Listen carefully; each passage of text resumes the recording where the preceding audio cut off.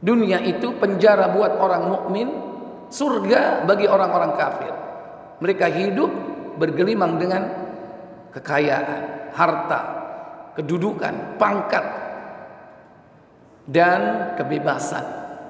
Lepas dari aturan Allah dan Rasulnya.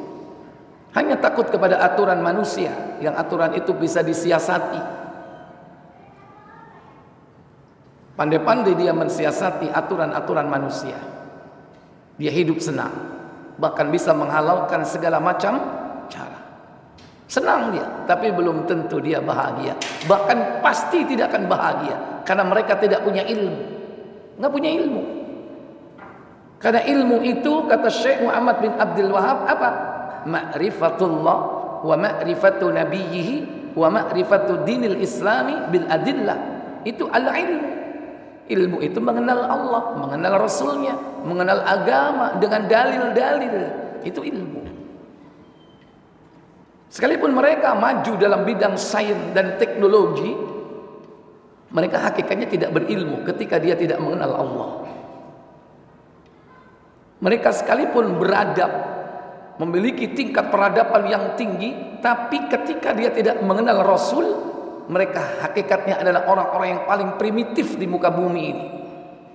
Makanya mereka telanjang sampai hari ini, Pak. Telanjang enggak, Pak? Hah? Orang kafir? Pernah lihat? Pernah. Jangan-jangan hobi. Naudzubillah. Jangan dilihat, Pak. Mereka orang paling primitif karena mereka tidak mengenal Rasul. Bagaimana Rasul berbicara agar manusia itu kembali kepada fitrahnya, berbeda dengan hewan, berbeda dengan makhluk-makhluk yang lain. Orang itu memiliki peradaban tinggi apabila dia mengikuti aturan Allah dan Rasulnya, tunduk kepada Allah dan Rasulnya, menjadi budaknya Allah, bukan budak-budak syaitan. Ketika dia menjadi budak syaitan, dia telah keluar dari perbudakan Allah, maka dia akan hancur dan binasa. Orang kafir senang tapi tidak bahagia.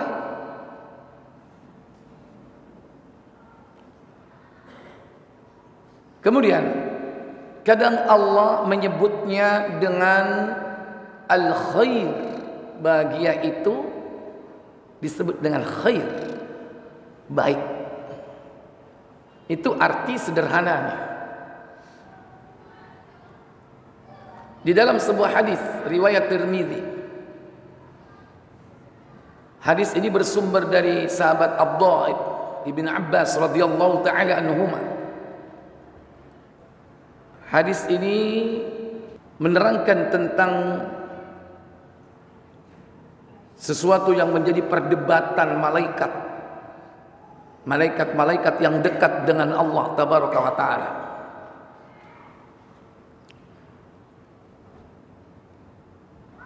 Bersumber dari Abu Kilabah, dari Abdullah bin Abbas radhiyallahu taala anhuma, bahwasanya Rasul sallallahu alaihi wasallam bersabda,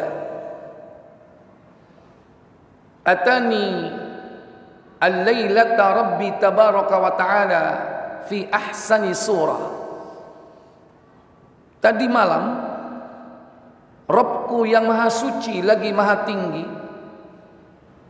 menemui diriku dalam bentuk yang paling bagus, dalam bentuk yang paling indah. Qal, Ibnu Abbas mengatakan, ahsabuhu, aku mengira, qal fil manam, beliau mengatakan yaitu di dalam mimpi. Karena tidak mungkin Allah itu dapat dilihat dengan mata kepala wujudnya. Karena Allah itu memiliki hijab, tabir, hijabuhun nur, hijabnya adalah cahaya. Wa fi riwayatin Abi Bakrin, dalam riwayat Abu Bakar, an-nar, itu api. Jika hijab itu dibuka akan terbakar semua yang ada. Di mana penglihatan atau Allah, di mana penglihatan Allah sampai kepadanya, maka akan terbakar. Dan belum ada manusia di muka bumi ini setingkat para rasul manusia-manusia mulia yang pernah melihat Allah. Bahkan Nabi kita Muhammad sallallahu alaihi wasallam ketika Isra dan Mi'raj, beliau berdialog langsung tapi di balik tabir, di balik hijab.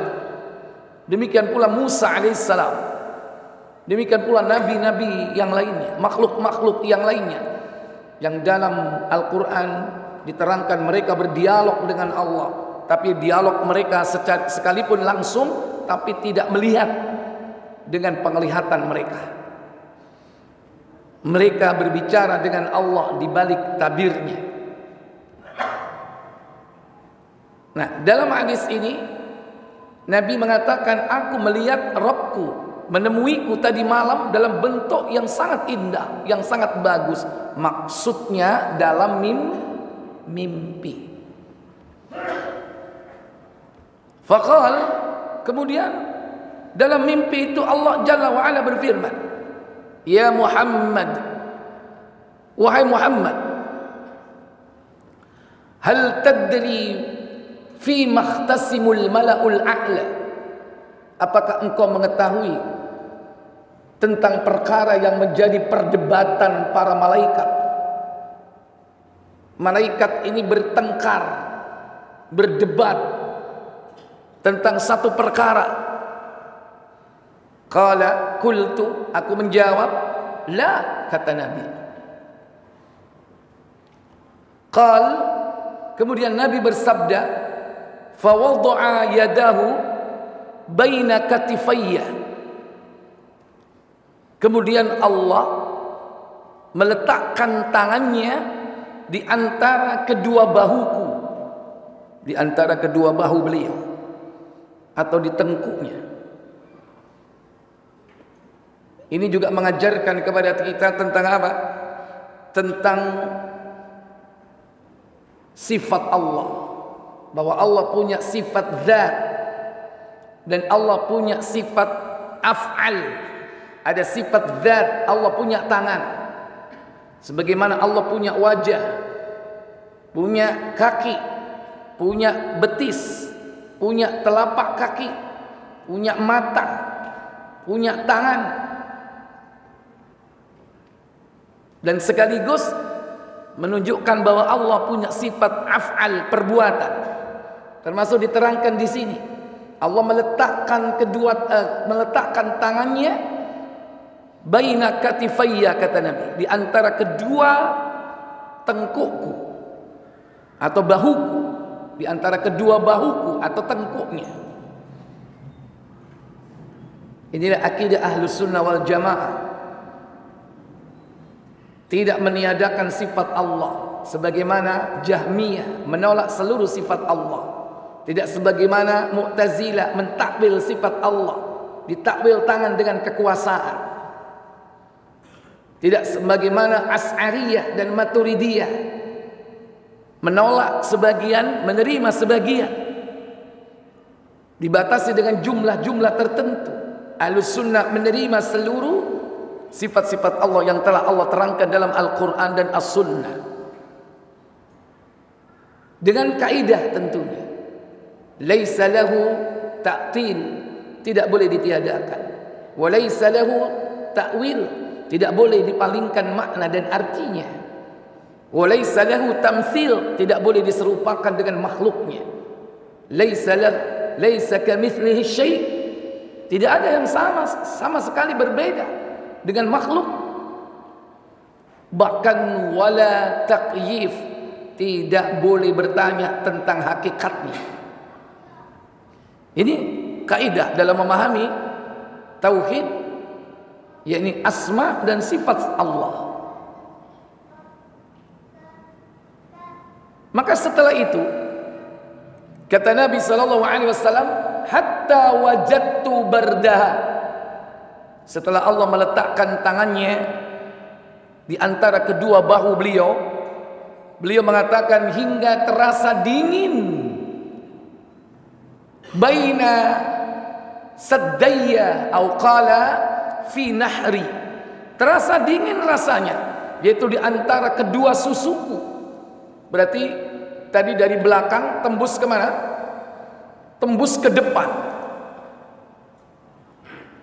atau fi nahri, sampai ke tenggorokanku terasa dingin, kata Nabi sallallahu alaihi wasallam.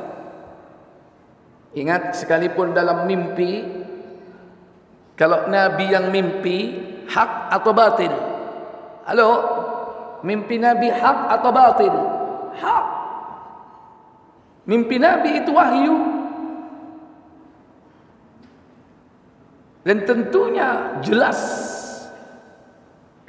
Tidak seperti mimpi antum ya, kadang remeng-remeng, gak jelas. Dan belum tentu benar, bisa jadi dari mana?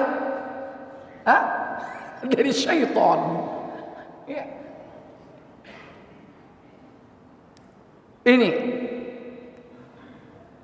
setelah Nabi sallallahu alaihi wasallam merasakan dingin, apa yang terjadi? Fa'alimtu, maka setelah itu aku mengerti, mengetahui, ma fis samawati wa ma fil ardi, apa yang ada di langit dan apa yang ada di bumi, aku tahu semuanya. Pada saat itu kemudian Nabi sallallahu alaihi wasallam ditanya oleh Allah Jalla wa Ala yang kedua kalinya, ya Muhammad, wahai Muhammad, hal tadri fi makhtasimul mala'ul a'la, apakah kau mengetahui apa yang menjadi perdebatan para malaikat yang tinggi, yang dekat dengan Allah? Barulah kemudian Nabi bisa menjawab, qultu na'am, iya wahai Allah.